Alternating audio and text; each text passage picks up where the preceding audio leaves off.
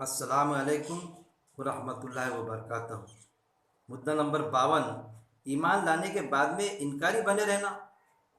سورہ ال عمران آیت نمبر 106۔ شروع اللہ کے نام سے جو بڑا مہربان نہایت رحم کرنے والا ہے۔ بس جن کے منہ پر کالی پوت دی گئی ہوں گی ان سے کہا جائے گا تم ایمان لانے کے بعد منکر ہو چکے تھے۔ کیا فرمایا اللہ رب العزت اس آیت میں؟ روز آخرت میں جن کے منہ پر کالی پوت دی جائیں گی، مطلب کچھ تو ایسے چہرے ہوں گے جو روشن ہوں گے، کچھ کالے پڑ گئے ہوں گے، تو ان سے اللہ تعالیٰ کہیں گا تم ایمان لانے کے بعد میں منکر ہوئے تھے۔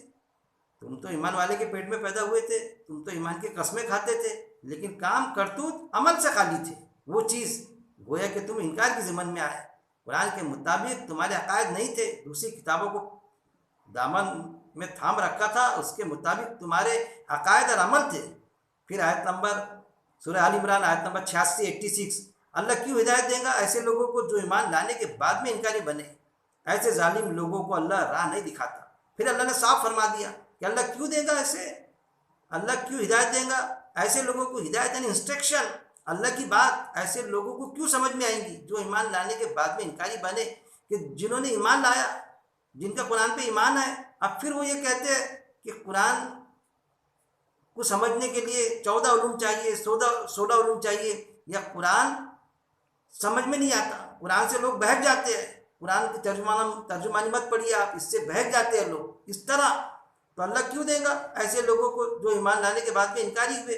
مطلب باوجود اس کے کہ آیتیں موجود ہے کہ ہم نے قرآن کو سمجھنے کے لیے آسان کر دیا، ہم نے قرآن کو نصیحت کے لیے آسان کر دیا، تو ہے کوئی نصیحت حاصل کرنے والا، ہے کوئی سمجھنے والا؟ یہ ساری چیزیں، اور پھر قرآن میں ساری چیزیں نہیں ہیں، تو پھر اس آیت کا کیا ہوگا کہ ہر گیلی اور سوکھی چیز ایسی نہیں جس کا ذکر اللہ نے قرآن میں نہ رکھا ہو، یہ ساری چیز۔ اور یہ بھی قول موجود ہے حضرت علی رضی اللہ تعالیٰ عنہ کا اور ابو حنیفہ رحمۃ اللہ علیہ کا، اپنے اپنے مقام پر انہوں نے اپنا قول باقاعدہ کیا کہ جب بھی کوئی مسئلے پر ہمارے کو کوئی مسئلہ سمجھ میں نہ آتا تو ہم بار بار قرآن پڑھتے، ہم بار بار قرآن پڑھتے، اس مسئلے کا حل ہم کو مل جاتا، معلوم ہو جاتی ہے بات۔ یہ چیز موجود ہونے کے بعد میں ہم سے قرآن سے دور کیا جاتا ہے، تو کیوں دے گا اللہ ایسے لوگوں کو ہدایت؟ کیوں سمجھ میں آئیں گا قرآن ایسے لوگوں کے؟ پھر سورہ ال عمران آیت نمبر 88، جو دھیما نہ پڑے گا ایسے عذاب میں ہمیشہ رہیں گے اور انہیں پھر وقت نہ دیا جائے گا۔ پھر کیسا ہوگا؟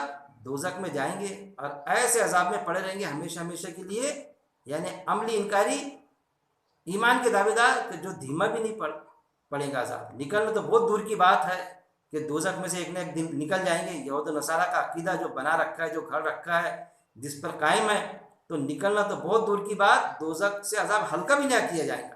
جو دھیما نہ پڑے گا ایسے عذاب میں ہمیشہ پڑے رہیں گے اور انہیں پھر وقت نہ دیا جائے گا، اور وہاں پر کوئی نیک عمل کرنے کا وقت نہیں دیا جائے گا۔ کہیں گے کہ اللہ دنیا میں بھیج دے، اللہ کہیں گا ایک تو ہم بھیجنے والے نہیں، اگر ہم نے بھیج دیے تو تم یہ عمل کر کے آئیں گے جو بھی کر کے آئے۔ یہ بھی قرآن میں موجود ہے، سورہ البقرہ آیت نمبر 8 اور 9۔ اور کچھ لوگ ایسے لوگوں کے بارے میں اللہ تعالیٰ صاف فرما رہا ہے، اور کچھ لوگ ایسے بھی ہیں جو زبان سے کہتے ہیں ہم ایمان لائے اللہ پر اور آخرت کے دن پر، مگر ان کو ایمان نہیں، دغا بازی دیتے ہیں اللہ کو اور سچے ایمان والوں کو، مگر دغا بازی کسی کو نہیں دے سکیں گے مگر اپنے آپ کو۔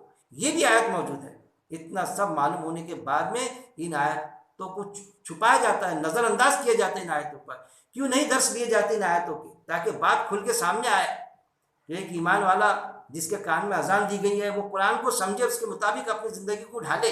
سورہ ال عمران آیت نمبر 90، بے شک جو کافر ہو گئے اپنے ایمان کے بعد پھر بڑھتے گئے ان کی توبہ ہرگز قبول نہ کی جائیں گی، اور یہی لوگ ہیں وہ جو گمراہ ہے۔ پھر اللہ کیا فرما رہا ہے کہ گمراہ لوگ کون ہیں؟ بے شک جو کافر ہوئے اپنے ایمان کے بعد، ایمان لانے کے بعد میں کافر ہوئے۔ ایمان ہے، قرآن آسان ہے، پھر بھی قرآن سمجھ میں نہیں آتا، قرآن کا سبجیکٹ انسان ہے پھر بھی انسانوں کو دینے سے منع کرتے، تو یہ ہے ایمان لانے کے بعد میں پھر کیا ہے؟ کافر ہو گئے۔ کافر اصل میں کیا ہے؟ انکار کرنا، کسی چیز کو نہیں ماننا۔ کافر کوئی گالی نہیں ہے میرے بھائی، کسی چیز کو نہیں ماننا۔ ایک آیت بھی اگر ہم نہیں مانتے ہیں تو ہم کفر کے ضمن میں آ جائیں گے کہ اس کا آیت کو چاہے انکار کر دو یا عمل سے انکار کر دو، تو جب ہم مان لیں گے تو اس سے نکل جائیں گے۔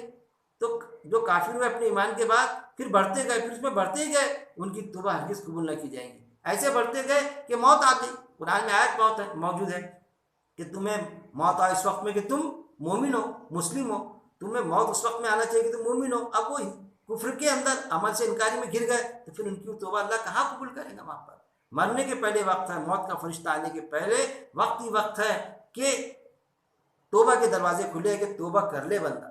لیکن موت اور قیامت اچانک آئیں گی، اگر آ گئی تو پھر بات ختم. موت کے فرشتے نے انٹری مارا پھر توبہ کے دروازے بند. اس چیز کو بھی ہم نے سمجھنا چاہیے. وہی چیز اللہ تعالیٰ یہاں پر بیان کر رہا ہے، ان کی توبہ ہرگز قبول نہ کی جائیں گی وہاں پر.